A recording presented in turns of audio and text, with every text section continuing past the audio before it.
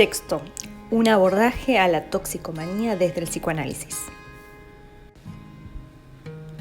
Existe un contraste muy particular entre el enfoque psiquiátrico y el psicoanálisis. La diferencia es importante.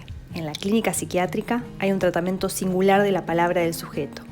La psiquiatría actual, básicamente en su versión DSM-4, parece perdida en una colección de trastornos, que por su frecuencia justifican la inclusión del sujeto en una clase.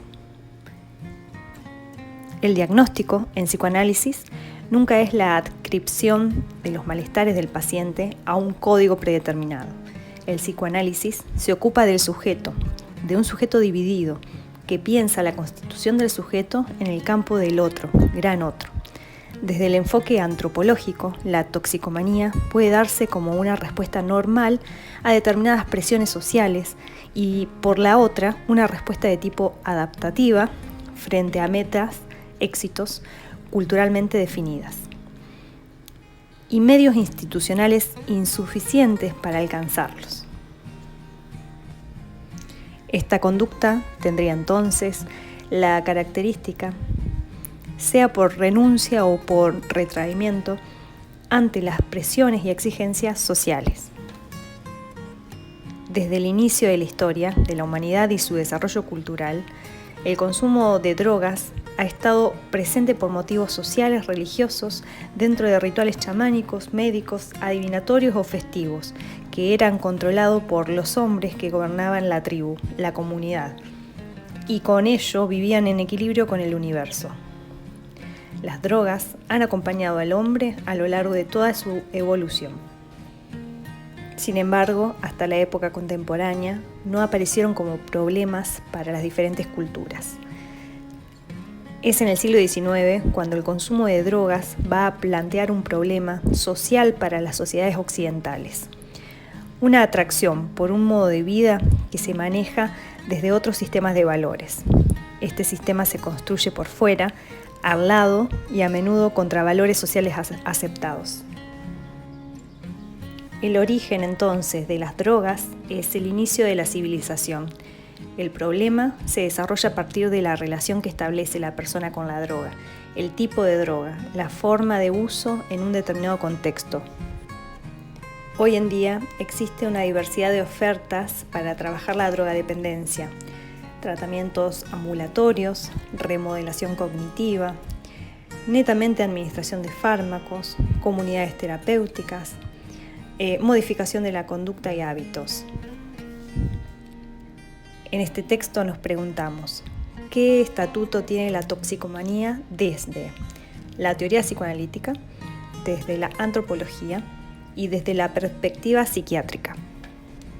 El psicoanálisis se ubica dentro de la intervención clínica creada inicialmente como un método terapéutico, considerado posteriormente como una ciencia de lo psíquico e inconsciente que implica una investigación.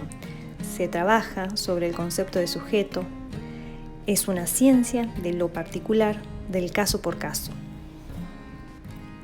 La respuesta del psicoanálisis al sufrimiento no es una respuesta ni religiosa ni técnica. El psicoanálisis se sitúa más bien entre la religión y la ciencia, lo que quiere decir que el psicoanálisis no es ni uno ni lo otro. La respuesta del psicoanálisis al malestar producido por la civilización es una respuesta ética. La ética es algo que se opone a cualquier procedimiento técnico y por eso se dice que el psicoanálisis no es una terapéutica como otras, que sí recurren a procedimientos técnicos para tratar el sufrimiento. Como se trata de una respuesta ética, apunta al deseo y a la verdad del sufrimiento de cada sujeto, su causa, el por qué un sujeto se hace a un sufrimiento particular y se sostiene en él. Esa verdad que contiene cada sujeto es un saber no sabido por él, un saber inconsciente. La ética del psicoanálisis no es la aplicación universal. El psicoanalista no es para nada un directorio de conciencia o de conductas para la vida. Se trata de una ética que se corresponde con la manera como se practica el psicoanálisis, el cual procede más que por la vía de la palabra en el campo del lenguaje. Si existe una ética psicoanalítica, esta no es otra que la ética del bien decir. El decir del que se trata no es únicamente decir palabras, ya sea estas elocuentes, eruditas o bellas. El decir tal y como se define en psicoanálisis es la palabra, en tanto que ella funda un hecho, o sea que se trata de un decir que tiene consecuencias sobre lo real del sufrimiento. Se trata de una ética del deseo. La ética del psicoanálisis es una ética del deseo. El psicoanálisis lleva al sujeto a enfrentarse con la verdad de su deseo. Este puede ser un deseo de sufrir, lo que no significa una liberación del deseo, sino más bien que el sujeto se tome conciencia y sea responsable de la posición que ocupa como sujeto en el deseo del gran otro. El término toxicomanía proviene del griego toxikon, que significa veneno, y del latín manía, que vendría a ser locura caracterizada por delirio y agitación. Etimológicamente, la toxicomanía sería una alteración mental que induce al individuo al consumo de un veneno. Ahora veremos el enfoque de la toxicomanía desde la antropología.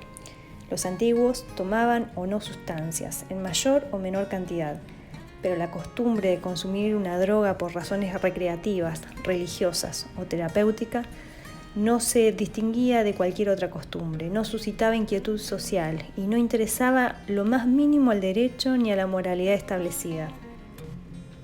Es interesante subrayar el divergente resultado que suscita un régimen de prohibición si se compara con el de indiferencia legislativa. La situación cambia después de modo notable debido en gran parte a progresos de la química y en parte a las repercusiones que tiene en Occidente el conflicto anglo-chino, conocido como Guerra del Opio. Cada vez más consolidada socialmente, la corporación terapéutica formada por médicos, farmacéuticos y laboratorios prefiere los principios activos a las formas vegetales, dentro de su batalla por lograr el monopolio en la producción y distribución de drogas.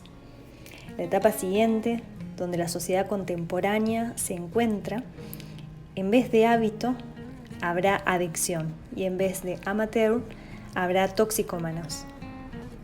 De un punto de vista antropológico, parece entonces que la cuestión de la toxicidad intrínseca del producto es secundaria, pasa a segundo plano.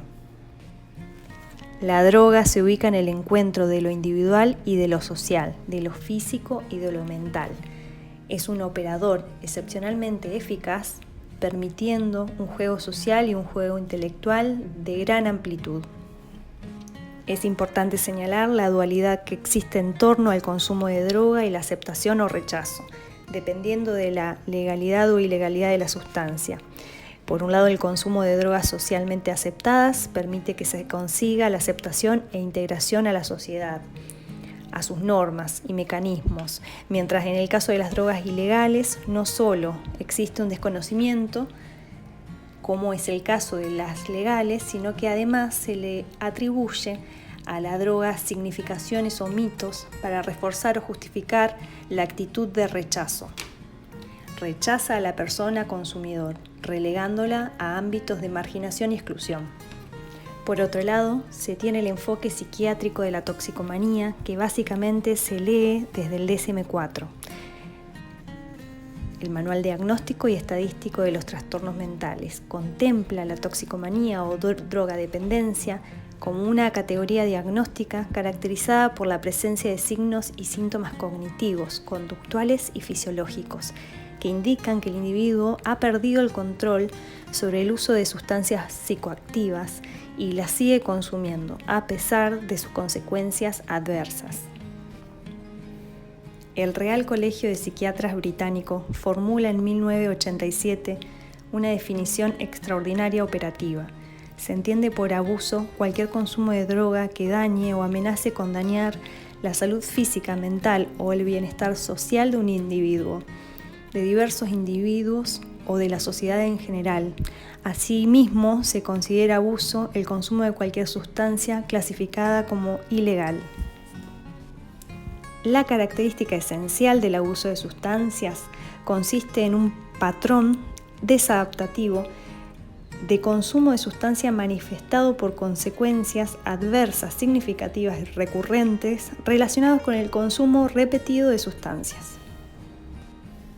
A diferencia de los criterios para la dependencia de sustancias, los criterios para el abuso de sustancias no incluye la tolerancia, la abstinencia ni el patrón de uso compulsivo, y en su lugar se citan únicamente las consecuencias dañinas del consumo repetido. El verdadero debate es el de una psiquiatría cosmética y el uso de un psicótropo, no como droga ilícita o contra una angustia existencial, sino simplemente para reparar lo que el sujeto estima que es una injusticia de la naturaleza. Una psicofarmacología cosmética sienta aquí sus bases, se ha montado un equivalente farmacológico de la cirugía plástica.